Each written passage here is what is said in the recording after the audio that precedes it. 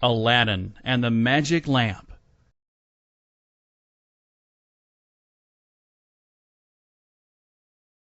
Once there lived a poor tailor who had a son called Aladdin, a careless boy who would play all day long. One day, when Aladdin was playing, an old man came up to him and said, "Are you Aladdin? I can see you look very much like your father."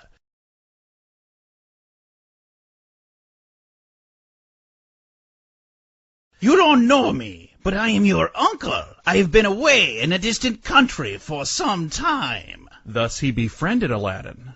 Now this strange man was no uncle of Aladdin. He was a wicked magician who wanted to make use of Aladdin's services.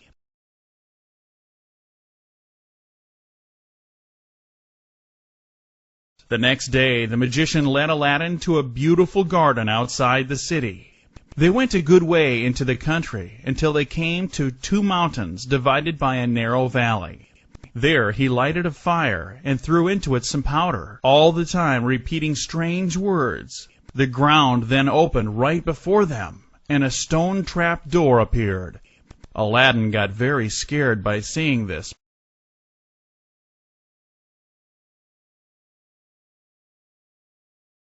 But the magician calmly lifted the trap door and told Aladdin, "Fear nothing, but obey me. Beneath this stone lies a treasure which is to be yours. So you must do exactly as I tell you. Go down. At the foot of these steps you will find an open door leading into 3 large halls. Go through them without touching anything. These halls lead into a garden of fine fruits. Walk on until you come to a niche in a terrace where it stands a lighted lamp. Blow the lamp out, pour out the oils it contains, and bring the lamp to me."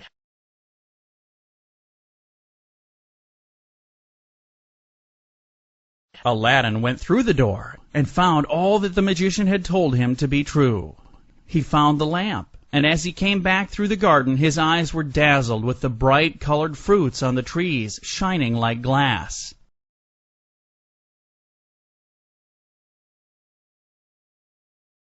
He plucked and put some of these in his pockets, and then returned with the lamp and called to his uncle to help him up the steps. "Give me the lamp," said the magician angrily. "Not until I get out safe," cried the boy. The magician, getting angry, slammed down the trap door, and Aladdin was shut inside.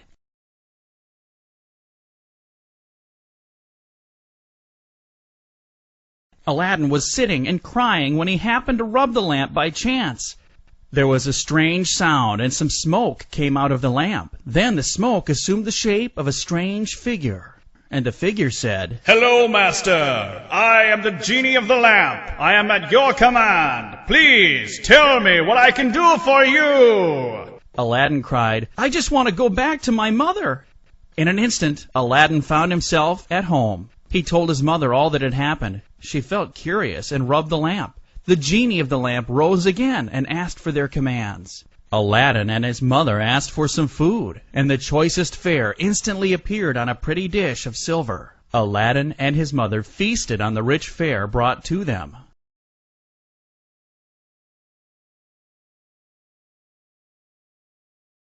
They lived happily for quite some time after that, since the genie always fulfilled their wishes. One day, while Aladdin was out on his walk, he chanced to see the king's daughter, Princess Bulbul.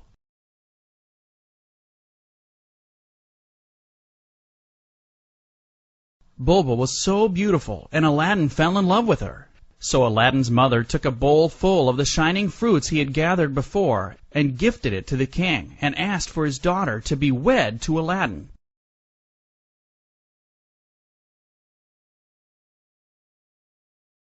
The king was amazed at the richness of the fruits, and said to Aladdin's mother, "Your son shall have his wish, if he can send me 40 bowls like this in a week." The lamp genie brought the bowls of fruits, and Aladdin's mother went with them to the king.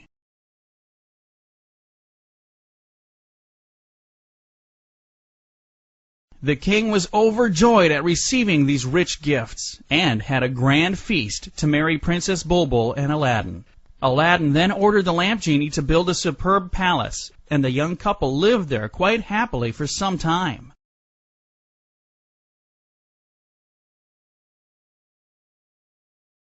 Meanwhile, the wicked magician heard about Aladdin's wonderful palace, and he knew that it was because of the lamp genie. He wished to get a hold of the magic lamp for himself.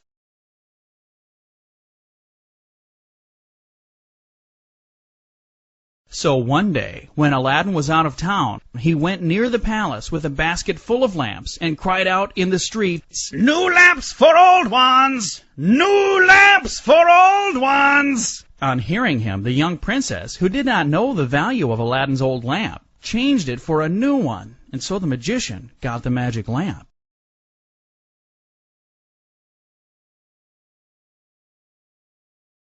Immediately, the magician asked the genie to transport the palace and the Princess Bulbul to Africa. Aladdin was so grief-stricken that he went straight to Africa to find the princess. The princess was rejoiced to see him again.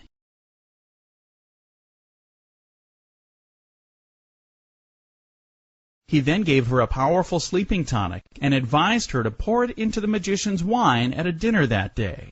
The magician fell sound asleep after drinking the tonic. Then Aladdin came and took the lamp. He called upon the genie to transport the palace, the princess,